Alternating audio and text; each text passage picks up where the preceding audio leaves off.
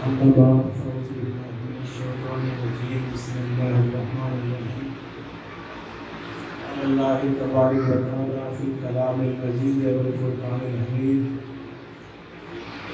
إن الله وملائكته يصلون على النبي يا أيها الذين آمنوا صلوا عليه وسلموا تسليما اللهم صل على سيدنا ومولانا محمد وعلى آل سيدنا مولانا محمد وأصحاب سيدنا ومولانا محمد وعلى أزواج سيدنا ومولانا محمد وبارك وسلم وسلم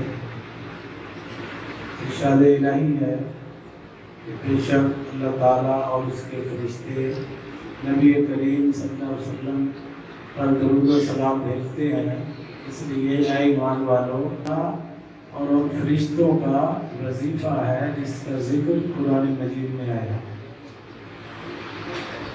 آج کی یہ محفل سلسلہ سالانہ عرس مبارک حضور ملنگی بابا اولیاء کے والدین کریمین، آپ کی والدہ ماجدہ ملکۃ النساء حضرت مائی پاک صاحبہ رحمۃ اللہ علیہ،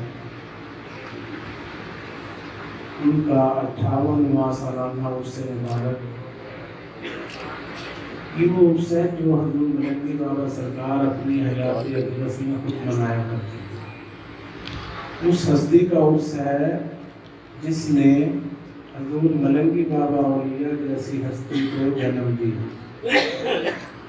تو حضرت مائی پاک صاحب رحمۃ اللہ علیہ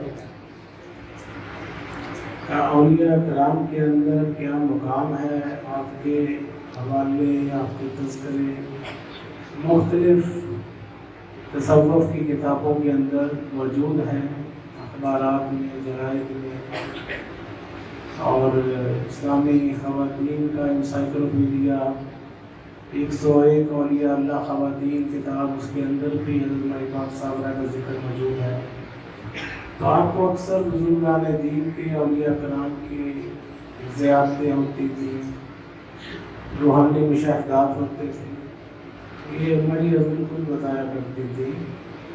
تو ایک رات کشف باطن سے مشاہدہ کیا کہ حضرت پیران پیر شیخ عبد القادر جیلانی غوث اعظم تشریف لائے اور گلاب کا ایک پھول آپ کو عطا فرمایا۔ تو اس کی اگلی تعبیر یہ ہوئی کہ کچھ عرصہ بعد حضور ملنگی بابا سرکار کی ولادت باثابت ہے۔ یہ حضور ملنگی بابا کے پیدا ہونے سے پہلے کی بات ہے جو اللہ جی حضور خود بتایا ہے۔ پھر آپ حضور ملنگ بابا حضرت ملنگ بابا وغیرہ تشریف لائے، خواتین آپ سے ملاقات کا شرف حاصل کر رہی تھی، دادی اماں حضور اندر گئے گدی والے کمرے میں، تو آپ کا وہ انہوں نے سر آگے کیا تو حضور ملنگ بابا نے آپ کے ہاتھوں کو پکڑ کے اپنے سر پہ رکھ لیا اور فرمایا کہ بابو جی یہ تو بہت بڑے بزرگ ہیں، یہ تو ولی اللہ ہے، اگر یہ مرد ہوتا تو ہم ان کے مرید ہو جاتے ہیں۔ یہ اس طرح کی بہت سی حقیقتیں، حقائق چھپے ہوئے ہیں، چھپے ہوئے بھی نہیں ہیں بلکہ چھپے ہوئے ہیں، لیکن ہمیں پڑھنے لکھنے کا شوق نہیں، اس لیے ہمیں پتہ ہی نہیں۔ تو اس کی بڑی تاریخی اہمیت ہے۔ یہ سب سے بڑا عرس ہوتا تھا سلسلہ ملنگیہ کی تاریخ میں۔ کراچی سے پشاور تک سلسلہ اکاڑا میں لوگ اکٹھے ہوتے تھے۔ پھر حضور بابا کی سرکار کے وصال کے بعد مرکزی حیثیت جو ہے یہ آپ کے سالانہ عرس مبارک کو حاصل ہو گئی، 4، 5، 6 جمادی الثانی۔ اس سے پہلے کیا تھا؟ 13 شوال کا عرس سب سے بڑا عرس تھا۔ تو اس لیے ان باتوں کو سمجھنا چاہیے۔ حضور ملنگی بابا سرکار کو اگر راضی کرنا ہو تو آپ اپنی والدہ ماجدہ کا وسیلہ اور واسطہ کبھی رد نہیں فرماتے۔ پرانے لوگ بتایا کرتے تھے، پرانے بزرگ لوگ، کہ جب ہم ہماری حضور کے مزار اقدس پہ حاضری دیتے ہیں پہلے، تو وہاں سے ہم اگر بابا جی حضور کی بارگاہ میں کوئی دعا کرتے ہیں وہ فوراً قبول ہو جاتی ہے۔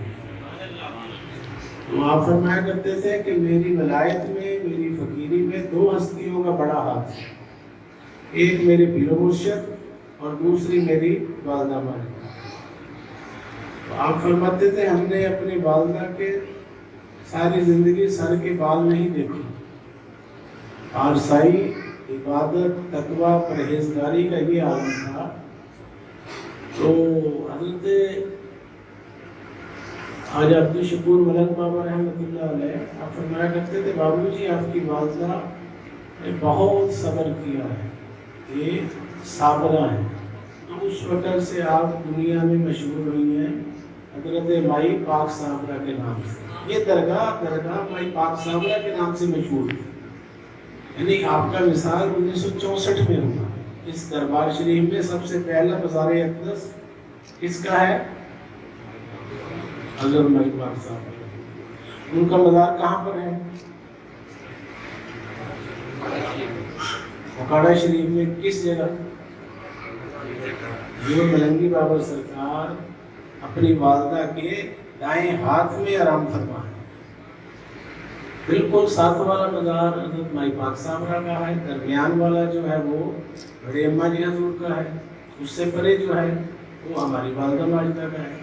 تو سب سے پہلے مزار کون سا یہاں بنا؟ حضرت مائی پاک صابرہ کا۔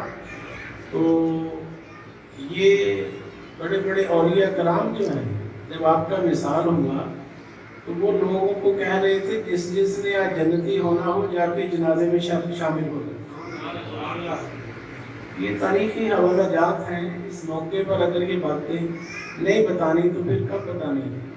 آج ان کا دن ہے، ہمیں پتہ ہونا چاہیے کہ ولی جو ہیں رسول پاک صلی اللہ علیہ وسلم سے لے کر آج تک 1400 سال میں صرف مرد نہیں ہوئے، مرد یا آدمی ولی نہیں ہوئے، سینکڑوں ہزاروں خواتین جو ہیں وہ ولایت کے اعلیٰ درجوں پر پہنچی ہیں۔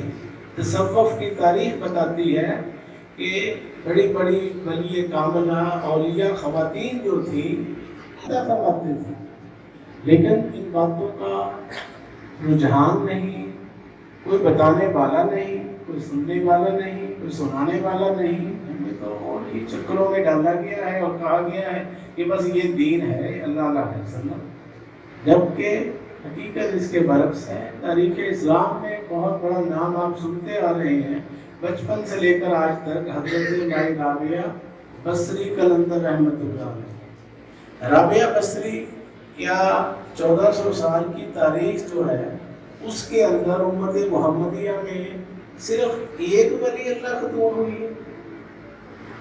اور طلبا ذہنوں کو بیدار کرنا ہے، بیداری شعور پروگرام ہے۔ کیا 1400 سال میں ایک عورت ولی ہوئی ہے بس؟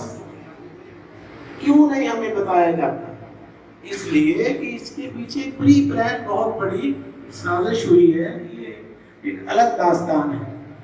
مگر اچھا جیسے میں نے ذکر کیا تھا وہ کتاب 101 اولیاء اللہ خواتین جو ہے اس کے اندر حضرت مائی پاک صابرہ رحمۃ اللہ، حضرت خواجہ نظام الدین محبوب الہی کی والدہ ماجدہ، حضرت بابا فرید الدین گنج شکر کی والدہ ماجدہ بی بی قسم خاتون، حضرت شیخ عبد القادر جیلانی غوث اعظم کی والدہ ماجدہ، اس طرح اور بہت سی جو خواتین اولیاء جو ولایت کے اعلیٰ درجوں پر پہنچی ہیں، تو ان کے تذکرے اس کے اندر موجود ہیں۔ اس کے اندر ہی حضور ملنگی بابا سرکار کی بات، جس میں حضرت خواجہ معین الدین چشتی کی والدہ، بابا فرید الدین کی والدہ، خواجہ نظام الدین اولیاء کی والدہ، خواجہ محمد دین شاہ ملنگی بابا اولیاء کی والدہ، ان سب کے تذکرے اس کے اندر موجود ہیں۔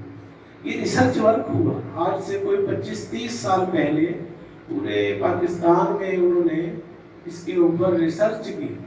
وہ ٹیم یہاں بھی آئی، ان کو ہم نے پھر یہ حالات جو ہیں وہ قلم بند کروائے، وہ بھی کتابوں میں چھپے ہیں، انسائکلوپیڈیاز کے اندر ہیں۔ تو آج کی محفل کے اندر آپ نے ایک بات کو ذہن میں بٹھانا ہے